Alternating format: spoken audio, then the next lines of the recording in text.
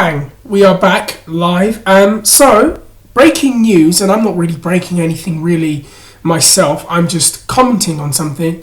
So, for those of you who have not heard, Chris Weidman is now out of his championship rematch against Luke Rockhold in 3 weeks. Undisclosed injury, nobody knows why. Is Luke still going to fight? It appears so. Who's he going to fight against? That's what I want to talk about. But before I just get on that, I want to say one thing.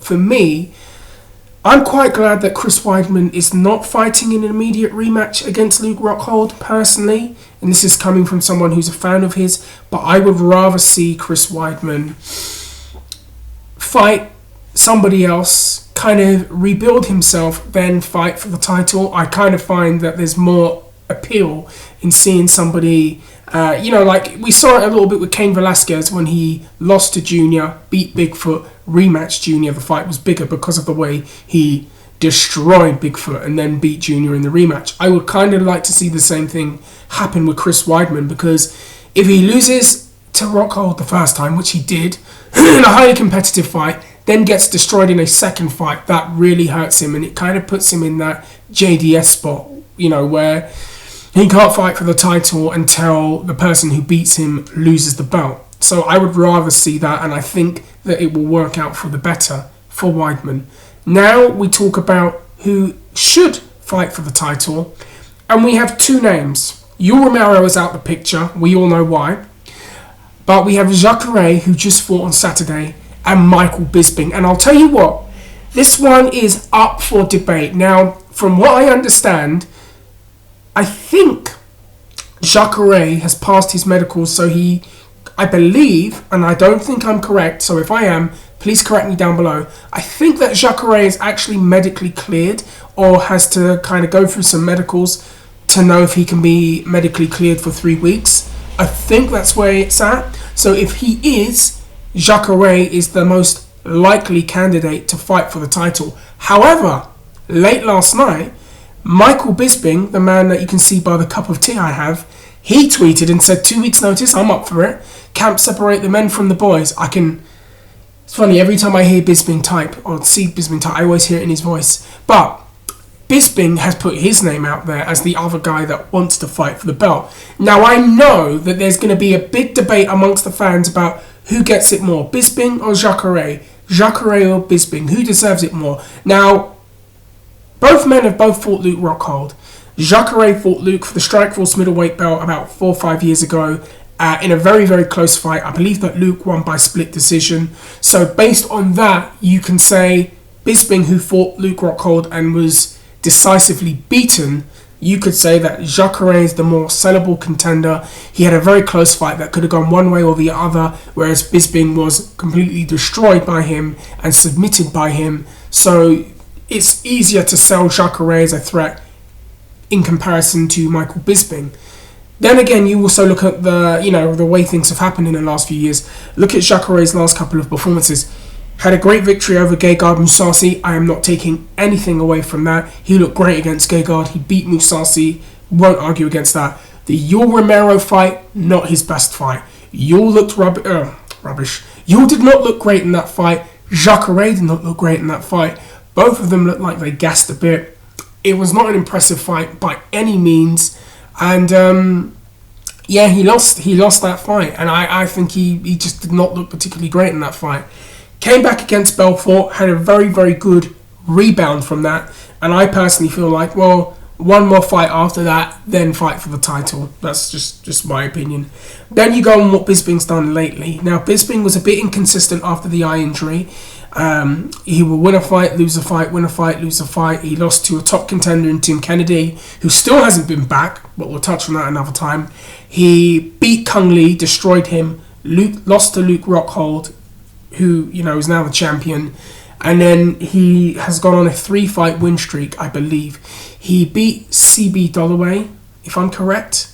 He beat Tales Lettuce, my friend Chris McGregor, if you're watching. I remember you were there for that fight.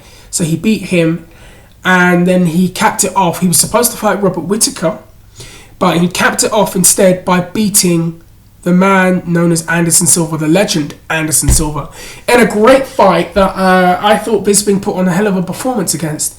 I don't think too many people expected Bisping to win that, but Michael went there and he beat him. And a lot of people can say lots of different things. Well, you know, Anderson isn't the same performer, and I do agree he may have lost a step slightly, but the point is, mentally, you've got to have it up there.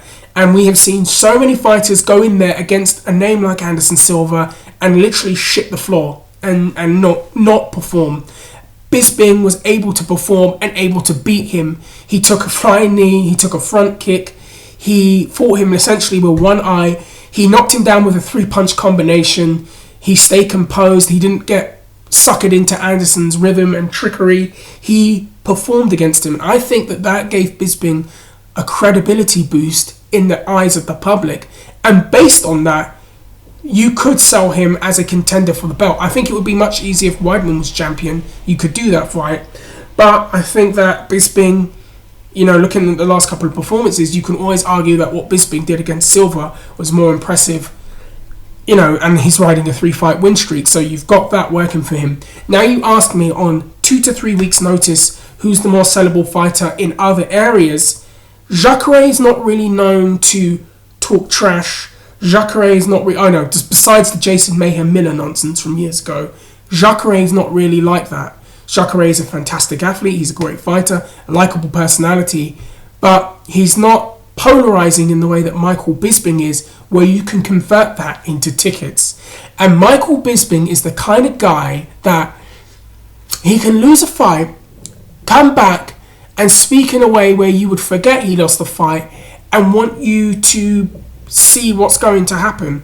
And considering the fact that there's a rivalry between the two, Rockhold and Bisping, and how, you know, heated it got. If you haven't seen that fantastic clip of Bisping getting in his face in Australia, you just know Bisping is going to make the pre-fight hype very fun to watch, very engaging to watch. And he's one of the few guys left that I think that can really sell a fight, even though, you know, he's kind of got the odds stacked against him.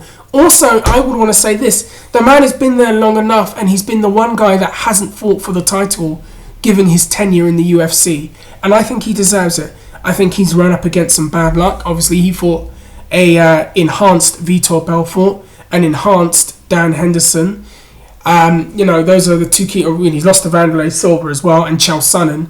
He's been very unfortunate because he's had the drug testing, you know, working against him. And I feel like based on all of that, based on the way that the man runs his mouth, based on the 3-fight win streak, in my opinion, he is the guy to go with.